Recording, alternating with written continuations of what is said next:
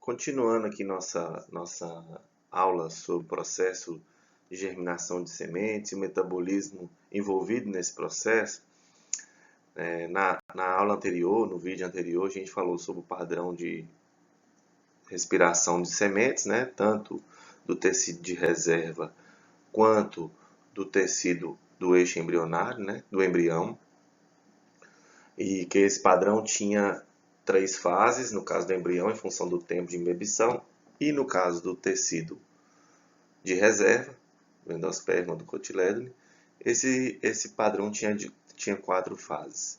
O processo respiratório, então, ele pode ser descrito por uma equação. A equação define esse processo, onde a gente pode ver que existe a utilização de uma molécula de glicose ou de uma hexose, no caso aqui representada por uma molécula de glicose, são de CO2 e de água. Então, esse é um processo, a reação do processo de respiração, que acontece em todos os vegetais durante o processo de germinação. Na respiração, a molécula de glicose é oxidada, né, para originar o CO2, que é um dos produtos da liberação, um dos produtos da respiração, e a água. Além disso, ocorre a formação de moléculas de ATP, que a gente define como uma molécula de energia metabólica responsável por processos metabólicos presentes nos vegetais ocorram. A gente pode dividir de forma didática e para facilitar o entendimento da respiração em 3 grandes fases. Discutir posteriormente de forma detalhada cada uma dessas fases. Começar a falar sobre elas. A primeira fase é a glicólise. Nessa fase ocorre a transformação da glicose em ácido pirúvico ou piruvato. A segunda fase, o ciclo de Krebs, que ocorre na mitocôndria. A glicose ocorre no citosol. Já o ciclo de Krebs, esse ácido pirúvico ou piruvato, ele é transformado em ácido cítrico, né? Existe um ciclo e isso ocorre nos mitocôndrias, né? Tem a cadeia transportadora de elétrons, em alguns casos citados na literatura como a cadeia respiratória, onde todo aquele poder redutor formado na forma de NAD e de FADH2 é utilizado para a biossíntese de ATP. Então, fizemos aqui um conceito geral de entendimento geral a respeito da respiração. Aqui a gente tem um exemplo, um modelo de mitocôndria, mostrando cada uma das suas estruturas, as cristas mitocondriais, a matriz mitocondrial, a membrana interna da mitocôndria. Nós vamos detalhar isso melhor. E aqui uma fotografia eletrônica de uma mitocôndria, que é onde ocorre o ciclo de Krebs e a cadeia transportadora de elétrons, cada um, no caso do ciclo de Krebs, na matriz mitocondrial, e no caso da cadeia transportadora de elétrons, na membrana interna da mitocôndria. A respiração ou diversas atividades metabólicas, né? Então a gente chama a molécula de ATP,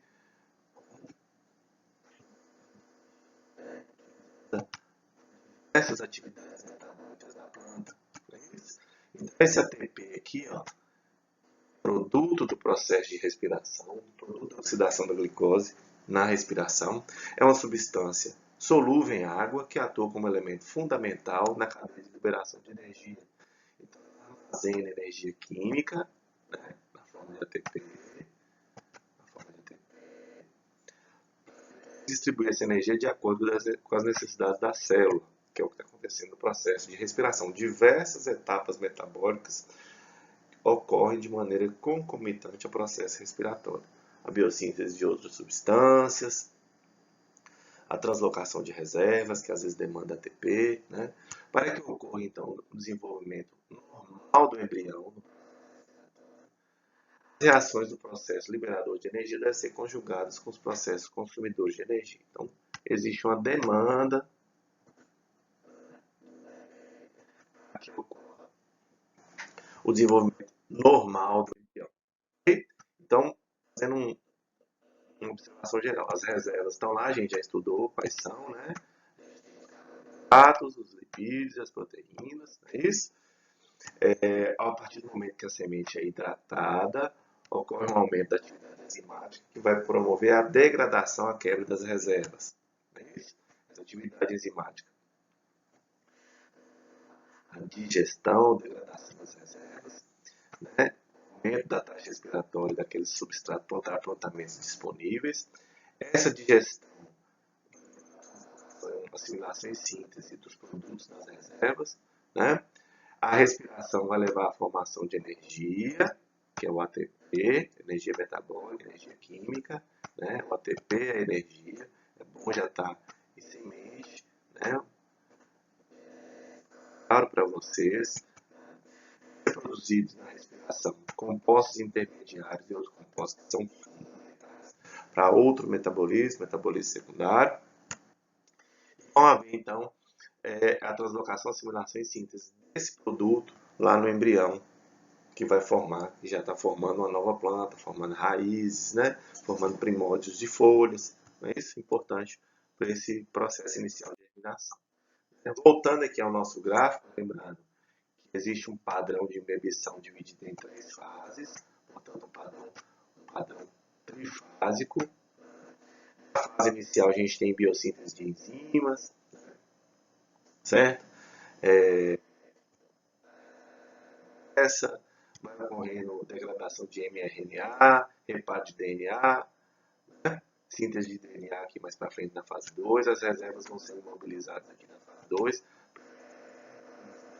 que é a produção da radícula, né? Emergência da plântula. Então, diversos processos metabólicos ocorrem durante as 3 fases. Observe que a fase 3 é aquela que tem maior evento, maior quantidade de eventos metabólicos, né? Então, a gente fez uma associação aqui nesse momento, né, da embebição da semente, né, e das alterações metabólicas associadas aqui ao processo de embebição e germinação.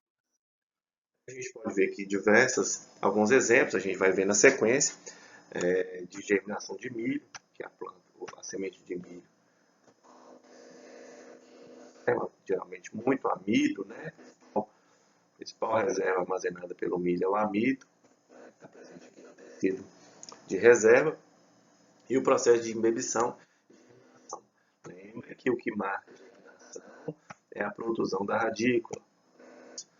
Aí vão se formando células, formando coleóptilo, que é essa estrutura inicial da germinação aqui do milho. Esse coleóptilo emerge aqui no solo. Percebam que a semente fica abaixo do solo, né?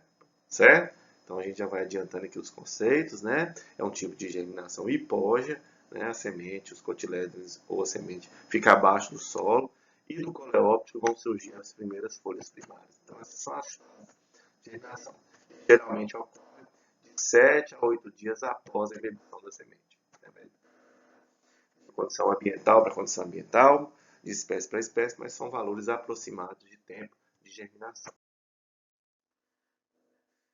E a fase de germinação da soja, que é uma dicotiledônea, né? Inicialmente aqui a semente sendo embebida, da radícula, ou seja, o início da terceira fase. Isso. Percebam que, neste caso, os cotilédones estão acima do solo, então chamamos esse tipo de germinação epígea, né? Cotilédones. Vamos lembrar do gráfico de respiração, ele tem uma quarta fase, né, de senescência. Creio que todos observaram, principalmente no feijão, que é muito comum, que com o passar do tempo os cotilédones de uma plântula, eles vão senescendo e caem, eles morrem, né? O tecido morre, certo? Que é a quarta fase lá, gráfico de germinação. Aqui a gente tem o epicótico, que aqui tem as folhas, né? Que a gente chama de folhas iniciais aqui. Realmente algo por volta de 8 dias também de uma germinação hipógea, a soja de uma germinação epígea. Né? Uns exemplos, né? Plântulas epígeas e hipógeas quanto ao processo de germinação. Aqui uma dicotiledônia, uma semente de soja, e aqui o milho. Né? radícula, proteção da radícula. Temos aqui o cotilédone vai ficar acima do solo, no caso do milho coleóptero, o cotilédone do milho fica abaixo do solo, portanto, um tipo de germinação bem fácil de ver, né? No caso do feijoeiro, não é isso? Um tipo de germinação epígea, cotilédone acima do solo. As plantas que têm esse tipo de germinação permitem que o processo de semeadura seja feito com uma profundidade maior do que as plantas de germinação do tipo hipógea, que a gente vai ver aqui. Então, são plantas epígeas, para consolidar esse conceito, deixar bem claro. Exemplos de plantas epígeas: o girassol, né, além do feijão, da soja, que a gente já citou, o algodão, né, e o amendoim forrageiro. Tem tipo de germinação epígea. As hipógeas, a gente observa que a semente ficou aqui abaixo do solo, né? Certo? Formou o hipocótilo, né? Aqui é um exemplo de germinação de milho ou de uma gramínea. É isso? Aqui outro exemplo, né? A semente inicial ficou abaixo do solo. É isso? É bem típico, né? Que é de